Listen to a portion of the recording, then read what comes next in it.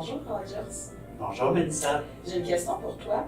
J'aimerais savoir comment rendre profitables les rassemblements qu'on va avoir pendant le temps des fêtes lorsqu'on est en recherche d'emploi.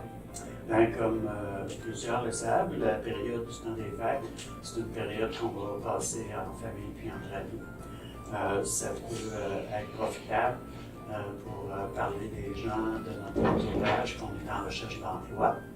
Aussi, on pourrait rencontrer des gens intéressants qui pourraient peut-être nous donner des pistes d'emploi intéressantes ou un coup de pouce. Ouais. Ensuite, il ne faut pas être gêné de notre situation de sans-emploi ou de réflexion professionnelle. On peut peut-être trouver quelqu'un d'autre qui est dans la même situation que nous. Effectivement. Puis on peut s'entraider à ce moment-là. Ensuite, pourquoi pas remettre notre carte professionnelle aux gens qu'on rencontre. On ne sait jamais qui connaît qui. Exactement.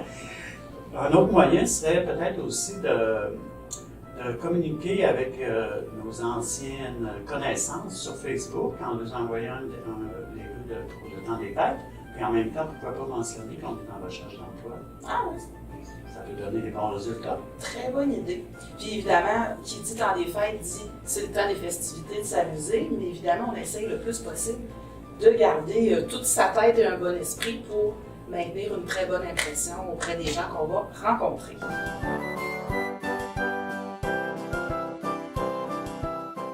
Dis-moi, Rogers, est-ce que la période des fêtes, c'est un bon moment pour effectuer la recherche d'emploi? On pourrait croire que non, parce que certaines entreprises ont fermé pendant 2 semaines. Aussi, on peut présumer que les employeurs vont être moins actifs en cette période qui est plus festive. Par contre, on peut en profiter pour se démarquer des autres auprès des recruteurs.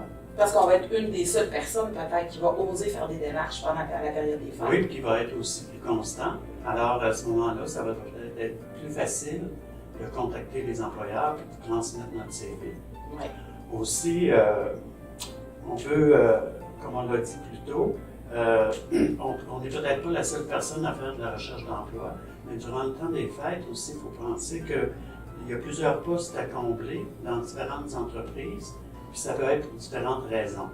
Que ce soit des nouveaux budgets pour l'année en début d'année, que ce soit pour un congé de maternité préventif, un congé de maladie de longue durée, un congédiement, etc. Ça peut nous permettre d'avoir de meilleures chances. Des éléments que l'employeur n'a pas nécessairement prévus dans son calendrier, mais ça arrive pendant cette période-là. Il y a des postes à combler et il veut être fin prêt au mois de janvier. Son équipe vraiment prête à travailler puis à contribuer à l'essor de son entreprise. Exactement.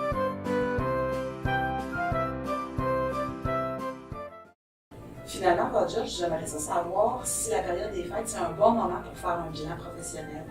Oui, comme on le sait, normalement, à la fin de l'année, on prend des résolutions que malheureusement, on ne tient pas toujours. Ces fameuses résolutions. Exactement. Pourquoi pas prendre le temps d'effectuer un bon bilan professionnel, puis d'établir 1 ou 2 objectifs, puis d'établir les moyens pour les atteindre. Par la suite aussi, il faudrait prendre le temps pour cerner précisément le travail qu'on voudrait faire, puis de peut-être cibler encore plus les entreprises qui nous intéressent. Effectivement. Donc, avec tout ça mis en place, ça va être plus simple ou plus facile de se mettre en action au lieu de se baser sur une simple résolution. Oui.